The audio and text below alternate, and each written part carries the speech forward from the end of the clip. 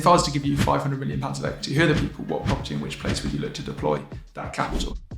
I think the reality is that there are some excellent people in the industry. I'm now a real believer that the kind of world has changed slightly from a real estate perspective, and whether that's specifically COVID or just a general attitude. But I think,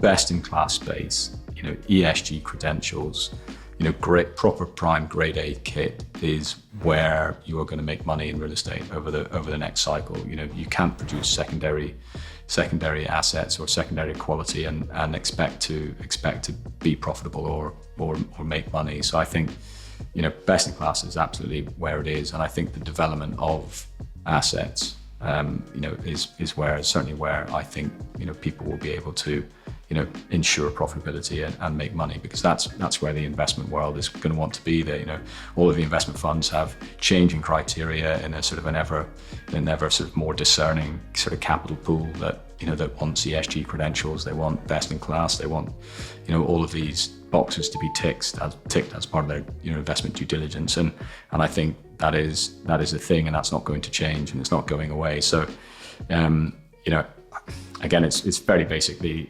the sector-wise, healthcare is really exciting. I don't understand it well enough to give you a sensible comment, but I think there'll be a lot of people who are very successful in the healthcare space over the next cycle. I think that's natural from where the demographics are of our population and the population in Europe. I think healthcare is a big one. Age living, I think, is a big opportunity as well.